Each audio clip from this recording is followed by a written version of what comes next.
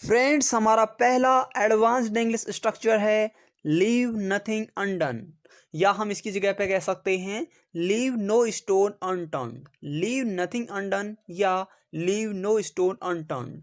Friends, इसका अर्थ होता है, इसको हम हिंदी में बोलते हैं कोई असर नहीं छोड़ना। जब किसी काम को करने में हर संभव प्रयास कर दिया जाता है तो वहां पर कहा जाता है कोई कसर नहीं छोड़ना। चलिए कुछ एग्जाम्पल्स लेते हैं। फ्रेंड्स, इसमें जो लीव है उसको हम एज अ वर्ब यूज करते हैं और हम इसको टेंस के अनुसार इसकी कोई भी फॉर्म लिख सकते हैं। मुझे नीचा दिखाने में तुमने कोई कसर नहीं छोड़ी है। You have left no stone unturned to humiliate me. Friends, humiliate का अर्थ होता है नीचा दिखाना, या हम कह सकते हैं you have left nothing undone to humiliate me. उसने इस काम को बिगाड़ने में कोई कसर नहीं छोड़ी है। उसने इस काम को बिगाड़ने में कोई कसर नहीं छोड़ी है। He has left nothing undone to spoil this work, या हम कह सकते हैं He has left no stone unturned to spoil this work. उसने आपकी जिंदगी को बर्बाद करने में कोई कसर नहीं छोड़ी है। He has left nothing undone to spoil your life, या हम कह सकते हैं He has left no stone unturned to spoil your life. वह अपने पति से बदला लेने में कोई कसर नहीं छोड़ेगी। She will leave nothing undone to revenge on her husband, या हम कह सकते हैं She will leave no stone unturned to revenge on her husband. Friends, हमारा अगला स्ट्रक्चर है किससे पूछकर। इसे हम इंग्लिश में बोलते हैं by asking home.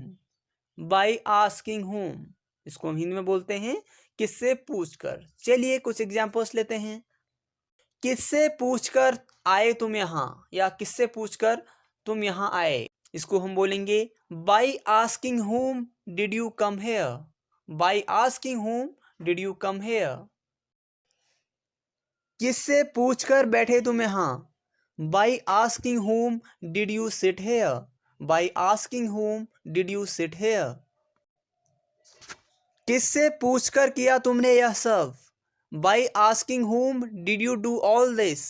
By asking home did you do all this. Friends, हमारा अगला स्ट्रक्चर है avail of the opportunity. Avail of the opportunity, जिसका अर्थ होता है, जिसको हम हिंदी में बोलते हैं मौके का फायदा उठाना। जो भी हमारे पास मौका हो उसका फायदा उठाना। चलिए कुछ एग्जांपल्स लेते हैं। फ्रेंड्स, जो हमारा स्ट्रक्चर है अवेल ऑफ द अपॉर्चुनिटी, इसमें जो अवेल है उसको हम एज अ वर्ब यूज करते हैं, तो हम इसकी कोई भी फॉर्म टेंस के अनुसार लिख सकते हैं। हमें मौके का फायदा उठाना चाहिए। We should avail of the opportunity. We should avail of the opportunity. मैं मौके का फायदा उठाना चाहता हूं। I want to avail of the opportunity. I want to avail of the opportunity. Friends, हमारा अगला स्ट्रक्चर है मिस द बोट, या हम कहते हैं मिस अ चांस या मिस एन अपॉर्चुनिटी, जिसका अर्थ होता है मौका गवा देना। कोई अपॉर्चुनिटी हमारे पास होती है, कोई मौका हमारे पास होता है, वो हमारे हाथ से छूट जाता है या हम उसको अपने हाथ से निकल जाने देते हैं, तो हम बोलते हैं मौका गवा देना। चलिए कुछ एग्जाम्पल्स लेते हैं। आपने मौका गवा दिया है। आपने मौका गवा दिया है। You have missed the boat. Friends, जो हमारा फ्रेज है miss the boat, miss a chance और मिस एन अपॉर्चुनिटी, इसमें जो वर्ड मिस है उसको हम एज अ वर्ब यूज करते हैं, तो हम टेंस के अनुसार इसकी कोई भी फॉर्म लिख सकते हैं।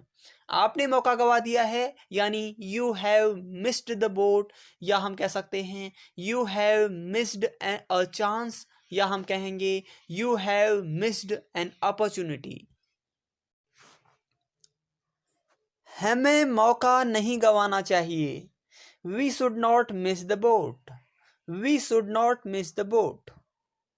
या हम कह सकते हैं we should not miss a chance, या हम बोलेंगे we should not miss an opportunity.